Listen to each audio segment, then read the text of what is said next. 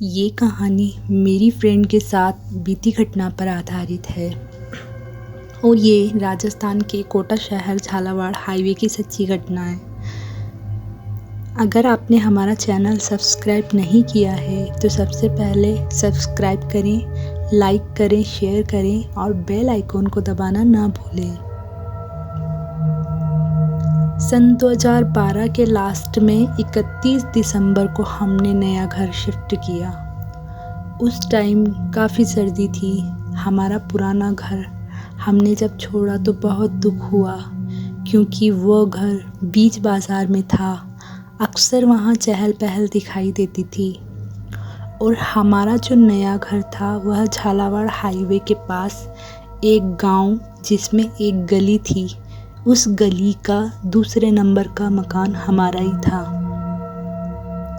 हमारे घर के आसपास 2 घर थे और सामने एक बहुत ही पुराना सा घर था, जिसके आगे थोड़ी सी जगह थी जहाँ बरगद और जामुन का पेड़ लगा था और भी कई सारे बड़े बड़े पेड़ लगे थे। रात में उन पेड़ों की तरफ देखने में अजीब सा डर लगता था। जब हमने घर शिफ्ट किया तो हमें वहाँ पहुँचने में रात की 11 बज गई। वहाँ का बहुत ही शांत माहौल था। एक अजीब सी घुटन, अजीब सा एहसास। मेरे घर में हम 5 मेंबर थे और हम एक आपे ऑटो में बैठकर नए घर आए। मुझे और मेरी फैमिली को बड़ा अजीब लगा जब ऑटो वाले ने हमें हाईवे पर ही उतार दिया। पापा ऑटो वाले से झगड़ने लगे। पापा बोले कि भाई, तुझसे गांव के अंदर उतारने की बात हुई थी, मैं पैसे नहीं दूंगा तुझे। तो ऑटो ड्राइवर बोला, भाई साहब, अभी रात के 11 बजे हैं, तो कृपया आप सभी यहीं उतर जाइए और अगर आगे जाने की जिद करोगे तो पैसे न भी दो तो भी मैं नहीं जाऊंगा वहाँ। हम सब उसकी बात सुनकर हैरान हो गए और मुझे हंसी आ गई। मैंने पापा से कहा, कोई ना पापा, हम यहीं उतर जाते हैं, बेचारे ऑटो वालों को डर लग रहा होगा। पापा भी मेरी बात पर हंसने लगे और हम सब हाईवे पर उतर गए। पापा बोले, कोई ना, वैसे भी थोड़ा सा अंदर ही जाना है, फर्स्ट वाली गली अपनी ही है, अपना ही मकान है, उसमें पैदल ही चले जाएंगे। पापा ने ऑटो वाले को पैसे दिए और उसको रवाना किया और हम अपने मकान में पैदल पैदल चले गए। बहुत ही सर्दी सी लग रही थी, बहुत सन्नाटा था, क्योंकि शहर में सर्दी का इतना पता नहीं चलता था जितना कि गांव में आकर चला था। हम बहुत खुश हुए कि नए घर में आ गए। एक तरफ दुख भी था कि पुराना घर छोड़ दिया। खैर, हमें अब नए घर में रहना था। हमें घर का सामान जमाने में 1 बज गई और पापा बोले, अब बस, बाकी काम कल कर लेना। और फिर मैं बाहर वॉशरूम चली गई। हमारे रूम का दरवाज़ा खोलते ही सामने वाले घर के पेड़ दिखते थे, लेकिन उन पेड़ों को देखने में डर सा लगता था। हम बहुत थके हुए थे, इसलिए झट से सभी को नींद आ गई। 1 घंटे बाद मेरी नींद खुली। मैंने पानी पिया और फिर से लेट गई, लेकिन मुझे कुछ आवाज़ें सुनाई दे रही थी, जैसे कोई हाईवे पर चिल्ला रहा हो। और ये आवाज़ें बार बार आ रही थी और धीरे धीरे वो आवाज़ें हमारी गली की ओर आने लगी। मैंने धीरे से खिड़की से बाहर देखा तो सामने वही डरावने पेड़ पर ऐसा लगा जैसे कोई वहाँ पर खड़ा हो। मेरी मम्मी की नींद भी खुल गई और वो मुझसे बोली, क्या कर रही है, सोना नहीं है क्या? मैंने कहा, मम्मी जल्दी आओ, देखो कोई पेड़ पर बैठा है। मम्मी बोली, पागल है तू।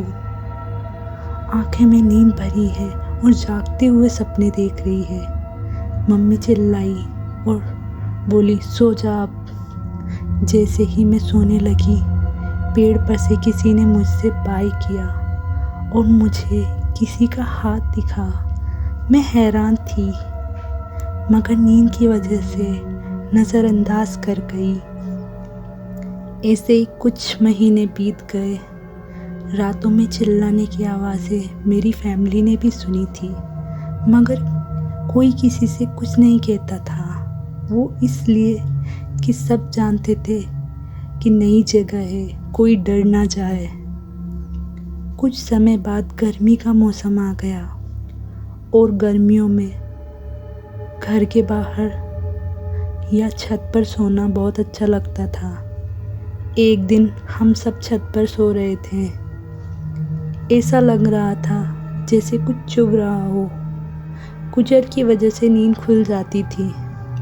एक दिन मेरी नींद खुल गई और मुझे हाईवे से वही चिल्लाने की आवाज़ें आने लगी और फिर मेरी फैमिली भी जाग गई और आवाज़ें बंद हो गई। पापा बोले कि यहाँ अक्सर 12 से 1 के बीच नींद खुल जाती है और बेचैनी होने लगती है। मैंने कहा, हाँ पापा, मेरे साथ भी यही होता है। मम्मी और भाई भी बोला, हाँ ये सच बात है।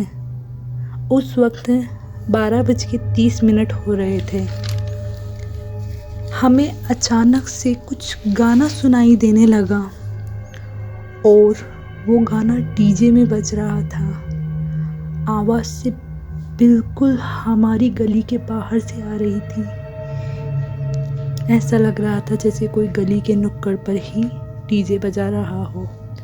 हम सब ने कहा, इतनी रात किसकी बारात आ रही है?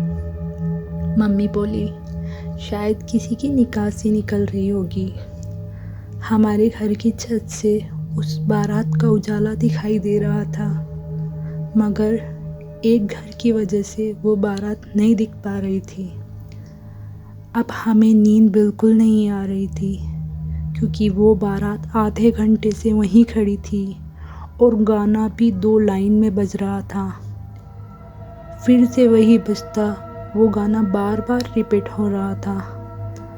पापा बोले, कैसी बारात है ये, आधे घंटे से खड़ी है और गाना भी बार बार वही रिपीट हो रहा है।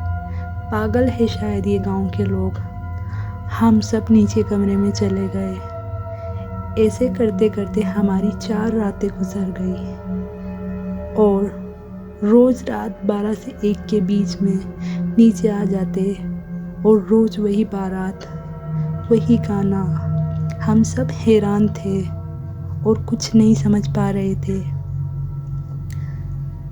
घर में आते ही वो आवाज़ें थोड़ी देर बाद बंद हो जाती थी। 5वीं रात हम छत पर नहीं सोए, मगर मेरा भाई बोला, मैं तो ऊपर ही सोऊंगा, और छत पर चला गया। हम सब सो गए। रात 12:45 पर वो नीचे आ गया और उसने रूम का दरवाज़ा खोला तो सभी की नींद खुल गई। मैंने भाई से पूछा, भाई आप तो ऊपर सो रहे थे, नीचे क्यों आ गए? तो भाई ने कहा कि वो आवाज़ें और वो बारात सोने नहीं दे रही मुझे। हम सब छत पर गए और रोड की तरफ देखा तो बहुत उजाला, वही बारात, वही गाना। पापा ने कहा, आज तो इस बारात को देख कर आऊँगा। किसकी पागल बारात है ये? हमने पापा को रोका, मगर पापा नहीं रुके, वो नहीं माने।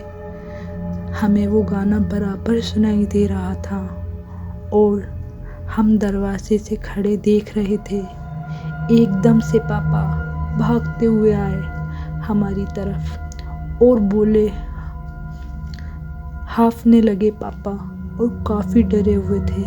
पापा बोले, कोई बारात नहीं है, कोई गाना नहीं बज रहा। हमने कहा, नहीं, गौर से सुनो, इतनी तेज बज रहा है गाना।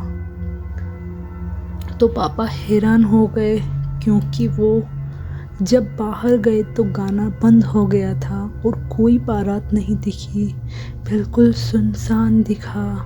पापा चिल्लाए, जल्दी से सब अंदर चलो। और उसी वक्त एकदम से 10 फीट का आदमी बहुत डरावना सा हमारी गली में आता दिखाई दिया। हमारी आंखें फटी की फटी रह गई और पापा ने जल्दी से दरवाज़ा लगा दिया और हम सब बहुत डर गए थे। हमारे हाथों के रोंगटे खड़े हो गए थे। वो बहुत ख़तरनाक मंजर था। फिर ऐसा लगा जैसे कोई दरवाज़ा खटखटा रहा है, मगर हमने दरवाज़ा नहीं खोला क्योंकि हमें पता था दरवाजे पर कौन है। और हम डरते हुए कमरे में सो गए और ईश्वर से प्रार्थना करने लगे। भाई डरते हुए वॉशरूम गया। जब वो सिंक में हाथ धो रहा था तो उसे ऐसा लगा जैसे उसके पीछे कोई खड़ा हो और वो झट से अंदर आ गया। जैसे तो हमारी वो काली रात गुजर गई। किसी को पूरी रात नींद नहीं आई। हमने जब अपने घर के आसपास पड़ोसियों से घटना का जिक्र किया तो सब हैरान हो गए और सबने यही बताया कि हमें तो कोई बारात की आवाज़ें नहीं आती, हमें तो कोई गाना सुनाई नहीं देता। हमें बहुत हैरानी हुई। फिर एक आदमी पास के घर से आया और बोला, किसकी बात कर रहे हो? हमने उसे भी उस घटना के बारे में बताया तो वो बोला, मेरे साथ भी कुछ ऐसा ही हुआ है। कुछ लोग और भी हैं जहाँ तुम्हारे साथ जो हुआ वह उनके साथ भी हुआ है। उसने बताया कि कुछ साल पहले की बात है। इस गांव में एक बारात जा रही थी और इसी जगह से बनी थी। फिर बस में बैठकर जा रही थी। पूरी बस पलट गई। एक खतरनाक एक्सीडेंट हुआ। सारे बाराती मर गए।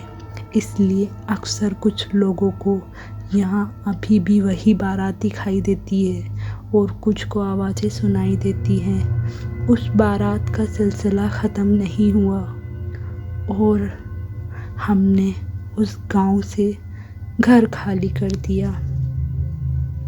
शहर में आज हम सुकून से हैं। आज भी वो बारात का जिक्र आता है तो हम सबके रोंगटे खड़े हो जाते हैं, क्योंकि वो बहुत ही दर्दनाक सीन था और ये हर कोई यकीन नहीं करता इस बात पर, क्योंकि जिसके साथ बीतती है उसके दिल से पूछो कि वो मंज़र कैसा था।